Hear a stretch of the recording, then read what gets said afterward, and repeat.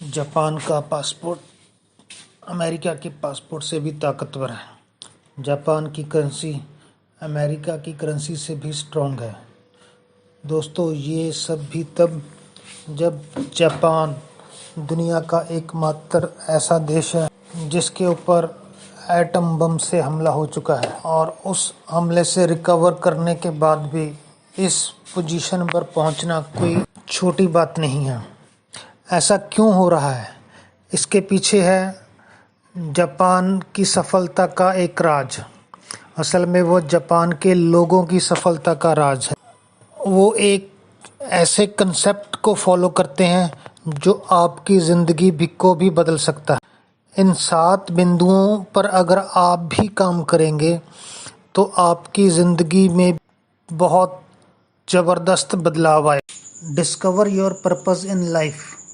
दोस्तों, ये वो पहला नियम है जिसे जापान के लोग अपनी ज़िंदगी में फॉलो करते हैं। हमें भी अपनी ज़िंदगी में अपने मकसद को ढूंढना है। याद रखें, आपका मकसद ऐसा होना चाहिए जो आपकी ताकत के अनुरूप हो, जिसे करने से आपको खुशी प्राप्त होती है।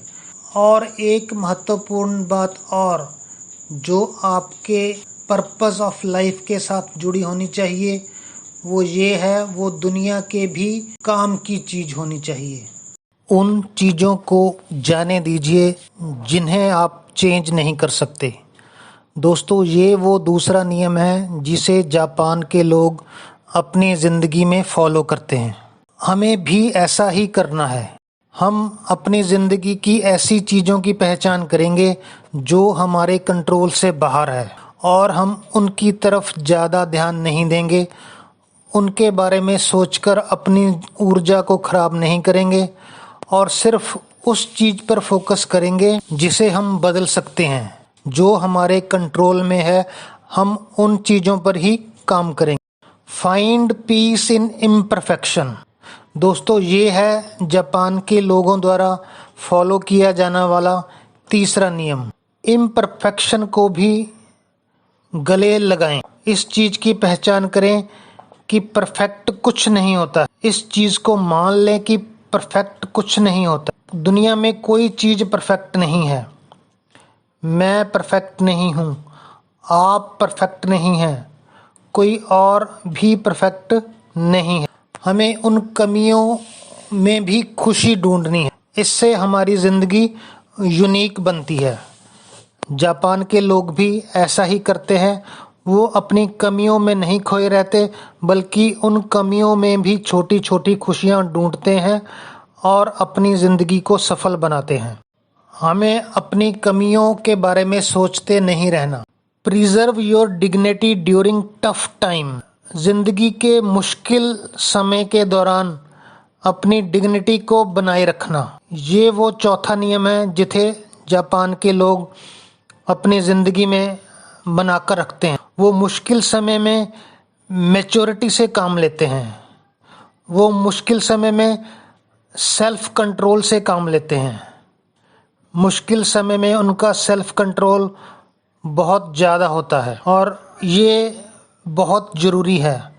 हम अक्सर मुश्किल समय में अपना सेल्फ कंट्रोल खो देते हैं, अपना आपा खो देते हैं। इससे हमें हासिल कुछ नहीं होता, उल्टा नुकसान ही होता है। अपनी तुलना कभी भी दूसरों से ना करें। ये है वो 5वां नियम जिसको यूज़ करके जापान के लोग अपनी ज़िंदगी में सफलता हासिल कर रहे हैं। दोस्तों, हम सभी में अलग अलग गुण हैं। हम सबका अलग अलग मकसद है। हम सबका किसी भी मकसद को प्राप्त करने का रास्ता भी अलग अलग है।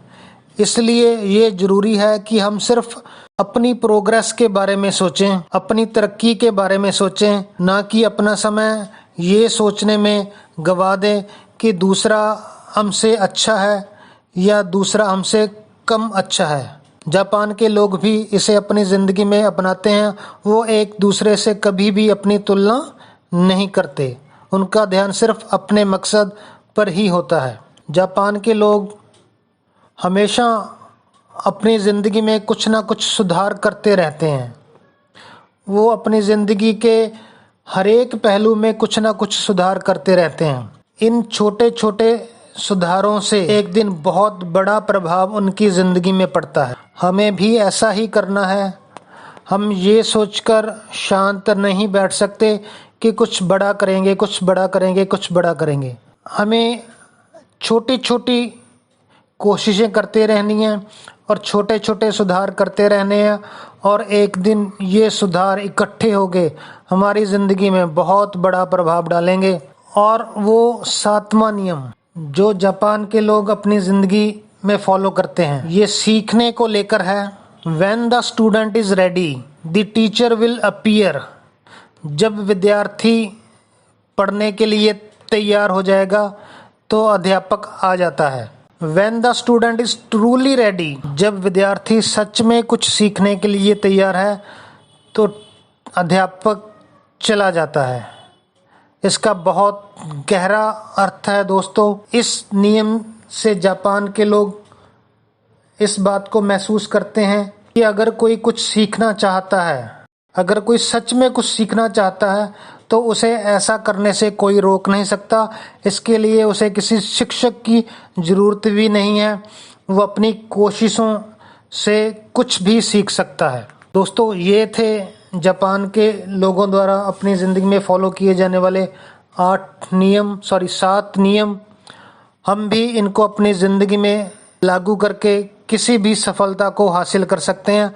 दोस्तों, अगर आपको ये वीडियो अच्छी लगी है तो प्लीज़ इसे अपने दोस्तों के साथ शेयर ज़रूर कीजिए और इसके साथ साथ मेरे चैनल को सब्सक्राइब भी कीजिए।